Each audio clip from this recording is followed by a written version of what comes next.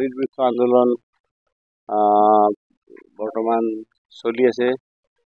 আৰু অমৃত বৃক্ষ আন্দোলনৰ সম্পৰ্কত আমাৰ শিৱসাগৰ জিলাত আচলতে কিমান প্ৰগ্ৰেছ কৰিছে এই সম্পৰ্কত আমাৰ ডিচি ডাঙৰীয়াৰ সভাকক্ষত আমি এখন পৰ্যালোচনা সভা কৰিলোঁ আৰু শিৱসাগৰত অমৃত বৃক্ষ আন্দোলনৰ অগ্ৰগতি খুবেই সন্তোষজনক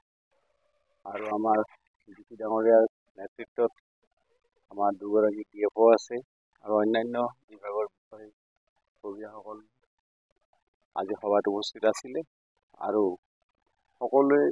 প্ৰতিটো বিভাগত যিখিনি টাৰ্গেট দিয়া হৈছিল প্ৰায় টাৰ্গেট ফুলফিল হৈছে আৰু শিৱসাগৰ জিলাৰ অমৃত বৃক্ষ আন্দোলনৰ কাৰ্যসূচী মানে প্ৰায় সফল হৈছে গতিকে আমি বহুত ভাল পাইছোঁ এইটো কাৰণ আৰু সেইকাৰণে আমাৰ ডিচি ডাঙৰীয়াক আমি ধন্যবাদ দিছোঁ, আমাৰ DFO সকলক ধন্যবাদ দিছোঁ আৰু বিভিন্ন লাইন ডিপাৰ্টমেণ্টৰ যিখিনি ডিপাৰ্টমেণ্ট ইয়াৰ লগত জড়িত আছে গতিকে আমি সকলোকে ধন্যবাদ দিছোঁ। এইটোৱে আজি কাৰ্যসূচী আছিল শিৱসাগৰত হয় আৰু এছিয়ান ইক' পাৰ্ক আমি কৰাৰ কথা চিন্তা কৰিছোঁ আৰু ইক' পাৰ্কখনত ইয়াতে আমাৰ পানী অলপ হ'লেও যাতে গছবিলাক ছাৰ্ভাইভ হয় তেনেকুৱা গছো দিব আৰু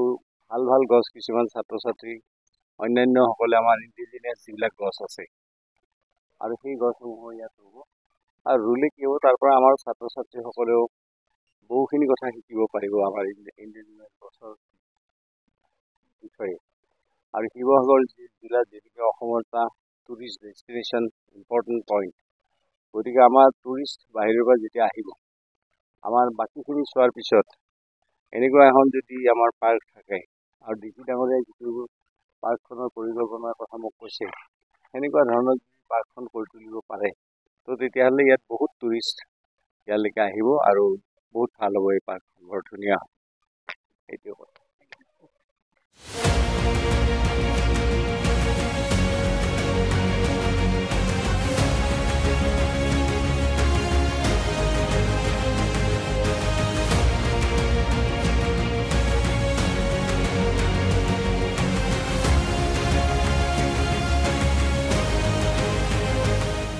অমৃত বৃক্ষ আন্দোলন বৰ্তমান চলি আছে আৰু অমৃত বৃক্ষ আন্দোলনৰ সম্পৰ্কত আমাৰ শিৱসাগৰ জিলাত আচলতে কিমান প্ৰগ্ৰেছ কৰিছে এই সম্পৰ্কত আমাৰ ডিচি ডাঙৰীয়াৰ সভাকক্ষত আমি এখন পৰ্যালোচনা সভা কৰিলোঁ আৰু শিৱসাগৰত অমৃত বৃক্ষ আন্দোলনৰ অগ্ৰগতি খুবেই সন্তোষজনক আৰু আমাৰ ডিচি ডাঙৰীয়াৰ নেতৃত্বত আমাৰ দুগৰাকী DFO আছে আৰু অন্যান্য বিভাগৰ বিষয়ববীয়াসকল আজি সভাত উপস্থিত আছিলে আৰু সকলোৱে প্ৰতিটো বিভাগত যিখিনি টাৰ্গেট দিয়া হৈছিল প্ৰায় টাৰ্গেট ফুলফিল হৈছে আৰু শিৱসাগৰ জিলাৰ অমৃত বৃক্ষ আন্দোলনৰ কাৰ্যসূচী মানে প্ৰায় সফল হৈছে গতিকে আমি বহুত ভাল পাইছোঁ এইটো কাৰণ আৰু সেইকাৰণে আমাৰ ডিচি ডাঙৰীয়াক আমি ধন্যবাদ দিছোঁ, আমাৰ DFO সকলক ধন্যবাদ দিছোঁ আৰু বিভিন্ন লাইন ডিপাৰ্টমেণ্টৰ যিখিনি ডিপাৰ্টমেণ্ট ইয়াৰ লগত জড়িত আছে গতিকে আমি সকলোকে ধন্যবাদ দিছোঁ। এইটোৱে আজি কাৰ্যসূচী আছিল শিৱসাগৰত হয় আৰু এছিয়ান ইক' পাৰ্ক আমি কৰাৰ কথা চিন্তা কৰিছোঁ আৰু ইক' পাৰ্কখনত ইয়াতে আমাৰ পানী অলপ হ'লেও যাতে গছবিলাক ছাৰ্ভাইভ হয় তেনেকুৱা গছো দিব আৰু ভাল ভাল গছ কিছুমান ছাত্ৰ ছাত্ৰী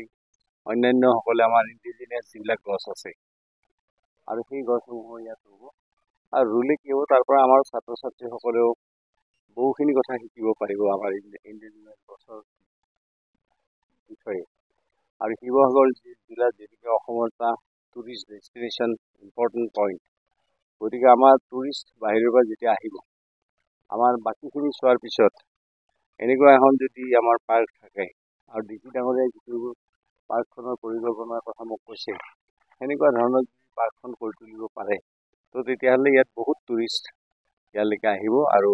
বহুত ভাল হ'ব এই পাৰ্কখন বৰ ধুনীয়া হ'ব এইটোৱে কথা।